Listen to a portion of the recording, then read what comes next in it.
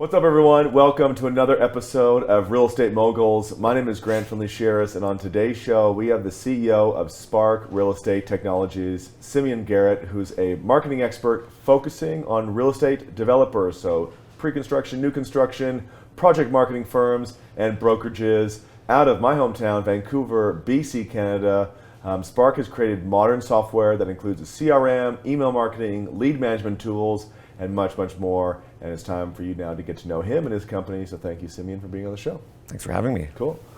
So why don't you kind of just give everyone an overview of your story and how you got into creating this tech company and serving this niche? Yeah, I mean, so my background really starts with, I grew up in Asia, so I spent most of my life in China. I lived in China for about 16 years. I lived in Malaysia for 6 years. I moved to Vancouver about 8 years ago, and I really got into real estate mainly because I'm a white guy that speaks Mandarin and Cantonese. And by doing that, I ended up working with a lot of developers who were looking to get help selling their projects in Asia. So for about 2 years, once every 5 weeks, I was on a plane between Vancouver, Hong Kong, Singapore, Beijing, et cetera. And I was basically selling new development projects overseas to investment buyers. Through that process, essentially, it opened my eyes to the world of the fact that there was not a good solution to help these developers sell and market these projects from a software standpoint. And I, being a young, ambitious kid, decided that I think I could do it.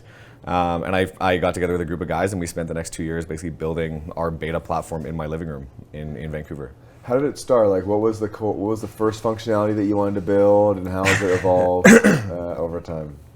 Yeah, I mean, I think that if I look at where it started and where I wanted it to start are two very different things. Yeah. I mean, it started as a basic CRM that had some real estate knowledge behind the people that were building it. But very, very quickly, we followed our clients from day one. And that was kind of our thing, was we built software in conjunction with the clients that we were working with. And that's how I think we were able to create such a tailored solution for the market specifically. What did you see, because there's lots of CRMs, so like what did you see in other CRMs that weren't good enough for the new developers, pre-construction, new construction? Yeah, it wasn't. I don't think it's that there wasn't things that weren't good enough. It was just that the knowledge base behind the CRM wasn't focused on new development. So, the big shift from the last 10 years in software or CRM to the next 10 years in software is really like the vertical shift, right? Everything used to be very agnostic and very linear. So, huge wide platforms that can do everything. Now it's all about very specific platforms that know your industry, know your market, know your client. And so when you're talking to those guys, they know exactly what you do, and there isn't an education process. And we were kind of like on the shift between the big agnostic CRMs turning into these vertically specific platforms. And so everybody that we hired, the way that we built it was, we spoke the language of the clients we were selling to. So the learning curve was way down. And then of course there's obviously some, nomenclature and terminology things that we had to build into it and the process. But it was mainly the knowledge, I think, that we had in the industry versus the actual tech that was being built. Okay, and so is that, if I'm the customer, how do I experience this knowledge base and have a positive reaction to it versus what would I not be experiencing with other CRM companies? Yeah, so I mean, if you're coming to Spark and you're a real estate developer, like we know how you sell and market already. So you're not trying to tell us what your processes are. We understand them because that's all we do. We only work with developers. Whereas if you're going to a group like Salesforce, you're going to have to tell them your process, tell them what you're looking for, tell them how you want your system to run. And in fact, if you're a real estate developer, you may not even know how you want your software to perform necessarily.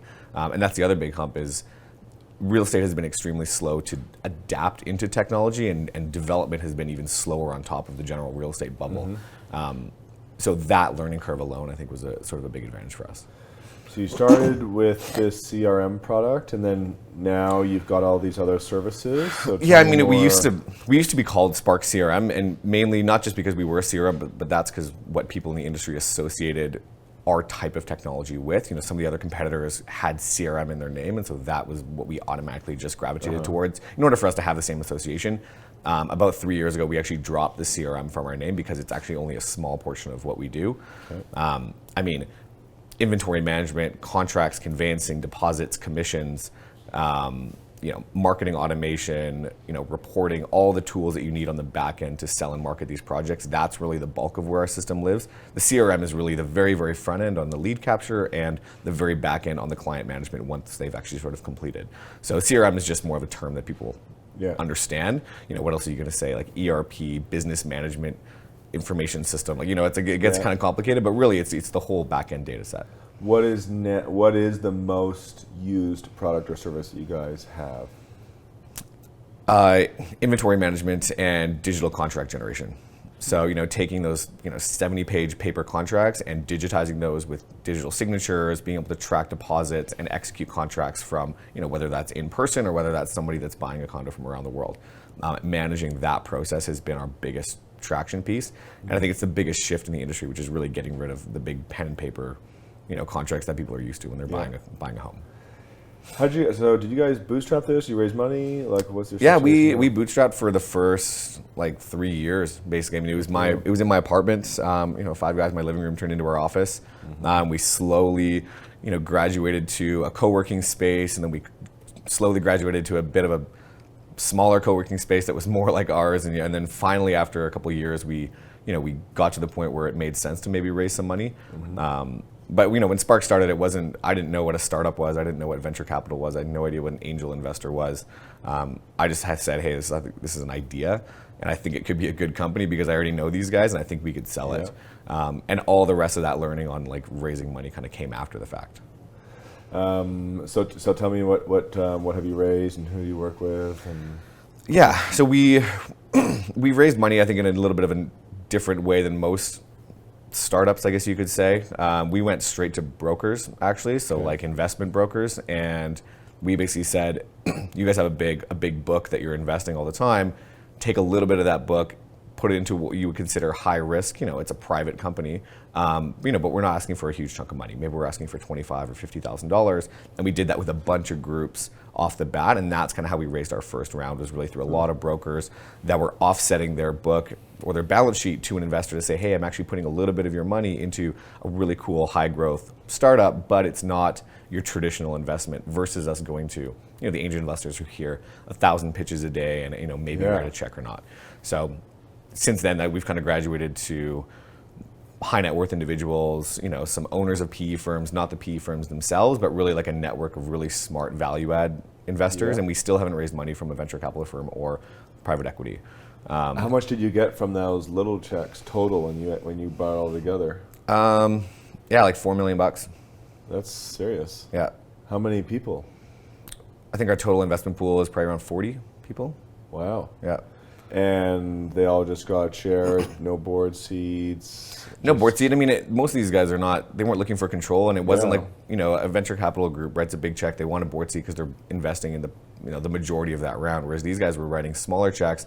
They liked the company and they could add some value. So most of our investors have actually introduced us to clients or potential hires and are actually very active in a lot of what we do, but they're not looking to be involved in the sense that they want a board seat and they want to say. Because we have a lot of startups who watch this and that's an interesting approach. Do you recommend it? Was that just because you didn't understand how to do it another way? Because, there are a lot of people that don't really want to work with venture capitalists if they don't have to. And yeah, I tried doing the VC pitches. I tried the angel forums and the groups and stuff. And honestly, people didn't understand what we did. And I think that the brokers who understood the real estate market, or real estate investors that understood the real estate market, got our product a lot more than, the average tech investor, because our product was it's a bit of a weird fit if you don't understand the new development space at all. It's not a consumer product. It's not something that off the bat you're going to look at and be like, oh, I understand this right away. And so I think those guys understood the product better, and so they were able to write checks and be more confident with that.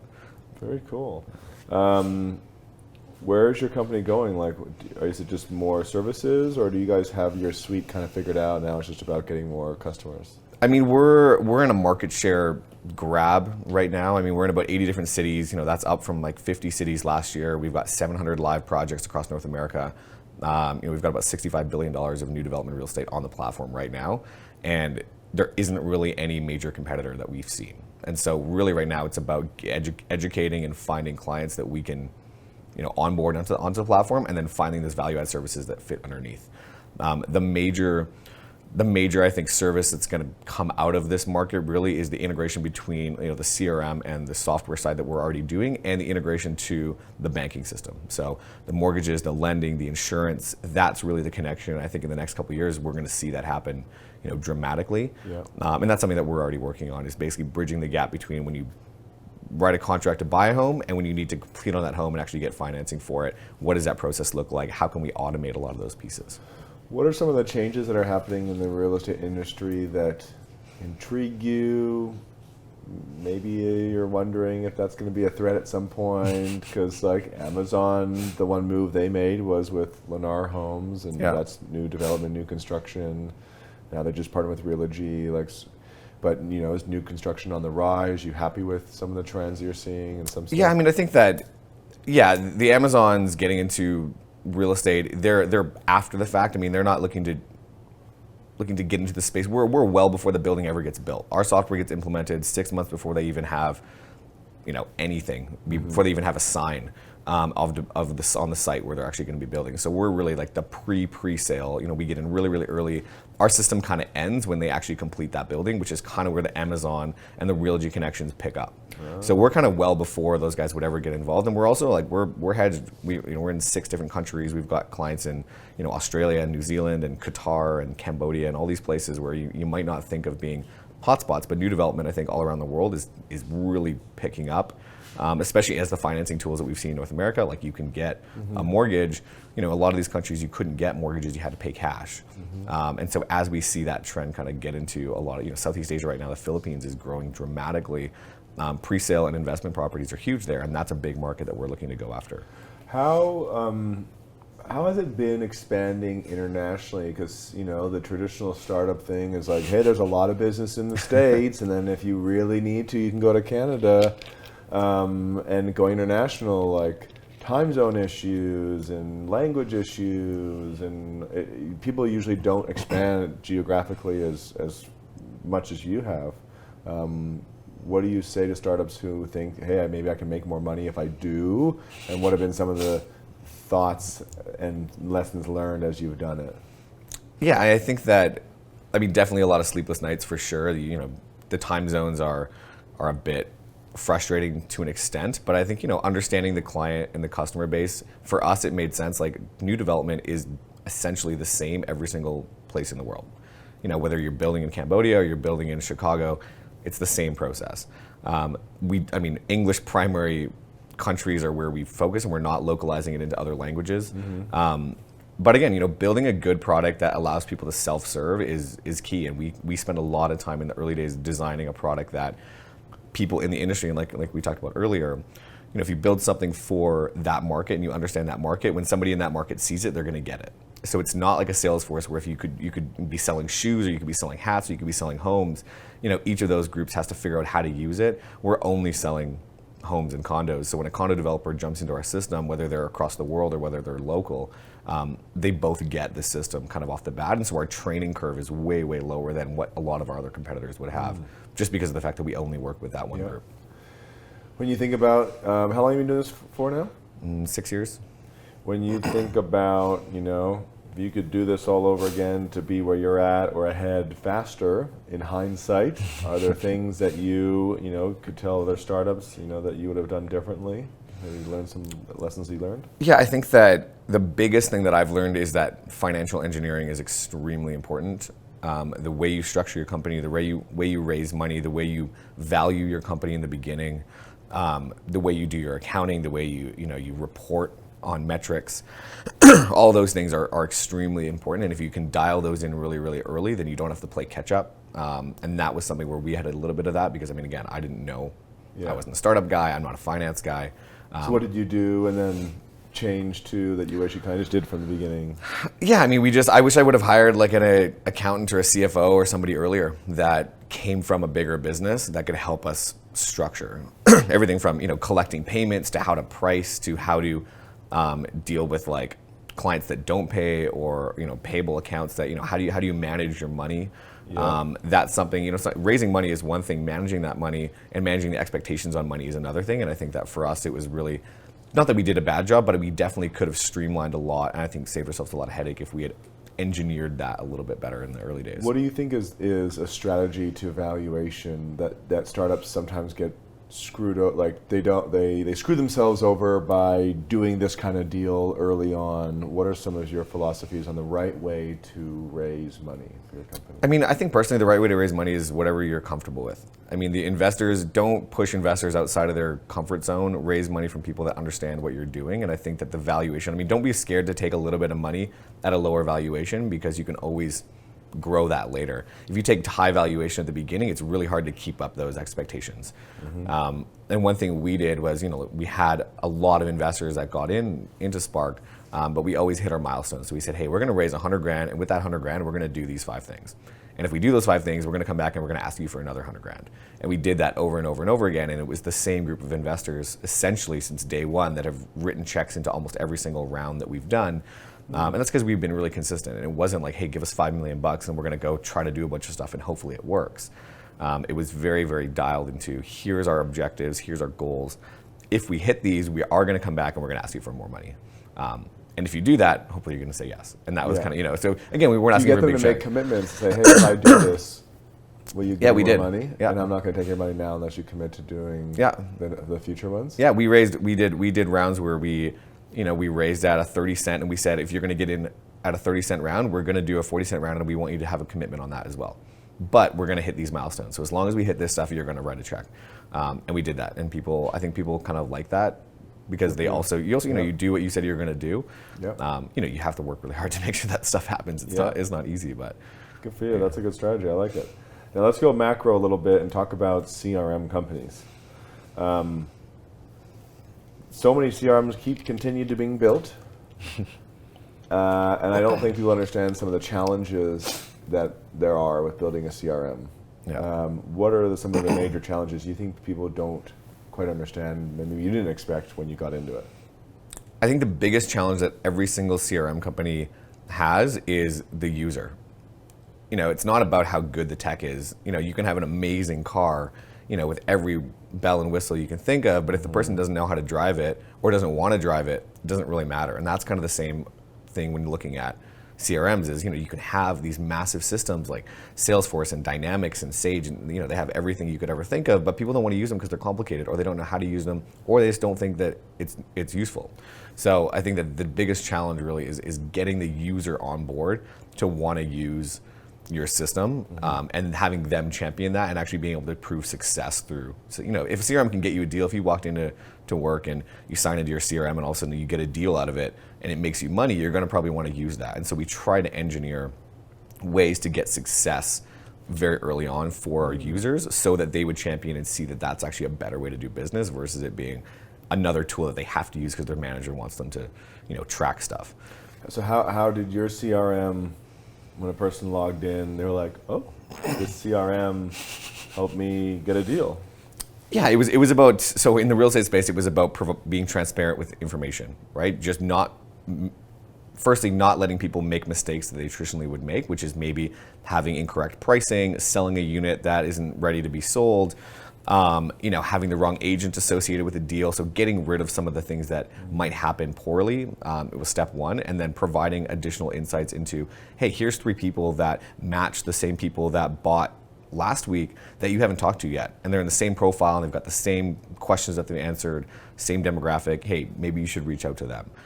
Little things like that kind of intro people's headspace into how a CRM can actually work. Again, there's no magic formula, but you really got to understand the user, and you got to look at, our user base ranges from like people that are 19 years old up to people that are 70. So how do you build a system that can attack both of those age groups and have it be successful? Yeah. It's really tough, and so that's why it's the biggest challenge, I think. What do you think with there's AI and machine learning and blockchain and all these cool technologies coming out that are going to be added to the current tech like CRMs? When you look at like what CRMs, and maybe they aren't even called CRMs in the future, like what do you see for the future for this kind of platform and tech? I mean, I think it's all about integration. I think that, build what you know and integrate with what you don't. And a lot of companies get carried away with trying to build and own everything.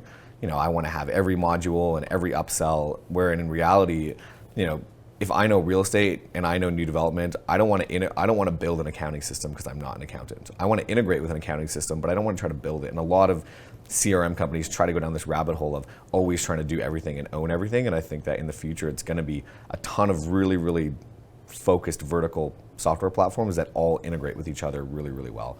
And the seamless integration is, I think, where that key is. You don't need to, if people are used to using Gmail on their phone, they don't want to use Outlook on a computer. Let them use it on their phone, let them use it on the computer exactly how they have in the past, and just build integrations that make sense with the way that they're already using stuff. What do you guys integrate with?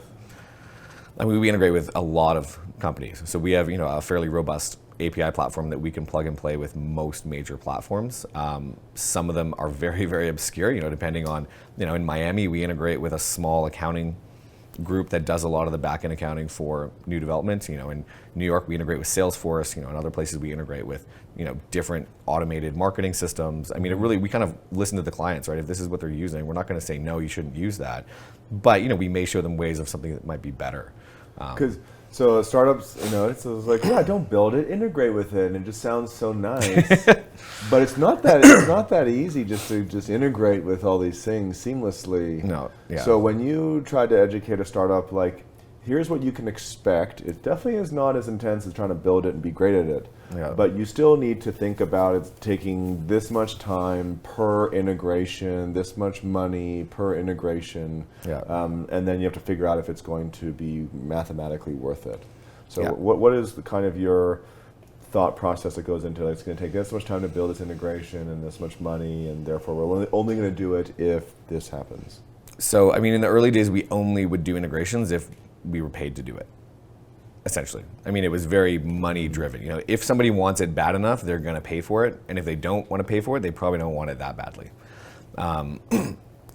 How much do people pay for like an integration? Like, give me an example of like what someone paid to integrate. I mean, we would just scope it out on an hourly basis of as if we were a development shop, and say, we would act as a software development firm, and we would say, this is going to cost you $150 an hour, and it's going to be 30 hours, and that's what the integration is going to cost. Yeah. And it wasn't even like we're trying to make a ton of money on it, but you want to make sure that people are serious when you're doing that type of stuff. And so that was a way, to do a quick gut check of, do the clients actually want this, or are they just saying that because it's what they're used to? And so, ask them to pay for it. Yeah. Now, CRM is one of the other things that, when you talk about user and adoption and engagement, like that's the problem with CRMs. Like the best CRM is the one that you use, kind of thought. And it's because some of them are getting so big and clunky. And so as you try to evolve your CRM, how do you balance that with keeping it nice and simple? I mean, I think that the design of a CRM is just as important as the functionality of a CRM. And I was very lucky to have my co-founder is actually a designer. And so everything that we've built has a very, very approachable design. And that's actually one of our core values is design inside Spark. And I think that, you can build something that's extremely powerful and does a lot of stuff, but the design has to be understood by the user as well. And you can overcome a lot of challenges, I think, of something being big and clunky and having a lot of functionality with really, really good design. And that's something I think in CRMs, design is very, very heavily overlooked. It's all about functionality. It's all about, can it do it? Is the end result possible? But not, does it make it easy for me to get there when I look at it, and do I like to look at it? So I think that's where. Yeah, no, I know Exact Contact, they, really great value, good functionality for CRM for residential real estate agents, kind of old school design, and then they fixed it like a year ago or something, and their business just poof, like had a huge boom in it. So it's really true. All right, now the final thing I want to touch on is like, you help real estate developers and these people be better at sales and marketing. Yeah. So what are some of the mistakes that you see these people make in sales and marketing, and what are the things that are the best practices and they should be doing more of? Yeah, I think that, every market has a different, I would say, problem potentially. You're looking at, in Vancouver, the biggest problem was we had such a hot market for so long that people forgot how to sell stuff. And so all of a sudden when the market takes a dip, people forget that you actually have to call people. It's like a real job. People don't just show up and buy stuff. Yeah. If you just opened a store and didn't tell anybody about it and expect people to show up and buy things, like that's a pretty crazy concept. And that happened in so many places that, real estate developers just expected things to happen. And so they kind of got a bit lazy. You didn't need to be as innovative. You didn't need to actually put as much thought into things. You didn't need to spend money on design and branding and actually building an experience. And at the end of the day, people are buying a home. It's not just like, you're not just selling like a pair of shoes. And I think a lot of times people kind of got this idea that pre-sale condos were like selling a pair of shoes. And New York took a big hit for that. Toronto's taken a bunch of different hits for that. One of the big challenges that we or the hurdles that we help overcome is developers a lot of the time lose control of their data. They give it to agents sell it, but agents keep the data, or the project marketing firms own the databases, and the developer at the end of the day doesn't have insight into who's actually buying, what they're buying, why they're buying, where they're coming from, all that type of information. And we're trying to take that power a little bit back in the developer's hands and say, if you own this data, you're going to be able to make a lot better decisions in the long run. And that's really one of the big pieces that I find developers just let everyone else own their data. And the data ownership is really, in the long run, I think is going to be more valuable than people think. Now, how do you, because the agents are the ones doing the marketing, bringing the buyers, and putting that information in their CRMs and their own stuff. Yeah. I totally see the value for the developers having it. So how do you really see it integrating or mix or working together where the agent still feels like, hey, well, these are my clients too, and I get that they're your clients too. How do you see that really moving? Yeah, so we have a couple companies that we work with that do an amazing job of giving control to the agent and allowing them to still build and run that sales experience, but having the developer still own the end result of that. It's like the developer will pay for a system that you get to use that makes your job easier, instead of you having to pay for a system to make your job easier. So we pitch the developer and say, if you pay for this and you build these integrations and you do this, you have these partnerships and you use Spark to manage the data, and then you go give it to your agents are actually going to be a lot better than they would be if you just said, hey, go sell stuff. Now, do they make a little bit less on the deal? Because for that. I mean, you mean for the agent or? Yeah, the agent. No, I mean, I think it's a cost of the developer. Like, developers' budgets have shifted, and the problem is there hasn't been a line item in a developer's pro forma for software, basically ever, right? It's been billboard marketing, it's been construction costs, it's been all these hard costs that they're used to. Software has kind of always been like an add-on, where they're like, oh yeah, like, okay, well, if we can fit it in the budget, we'll put it there, but it's never been like a primary budget item. Right. And so we're trying to make it a primary budget item, because I think that most things now are software and digital, but it's just getting people's heads around it is more of the challenge. That's really interesting. How can people get in touch with you if they want to, if they're a developer watching this, or they just want to check out your product? We're spark.re is our website. We like to think stands for real estate. Or you can find me, Simeon at spark.re. That's my email address. Cool. Yeah, I'm pretty hey, searchable. Thanks for being on the show. Thanks for having me. As always, guys, if you want to stay in touch with what is happening in the industry, and particularly your niche, then subscribe to the YouTube show or the podcast, or both. If you want to be a super fan, I appreciate it. And I'll see you next time on the show, and you get to know someone else so you can be great in real estate.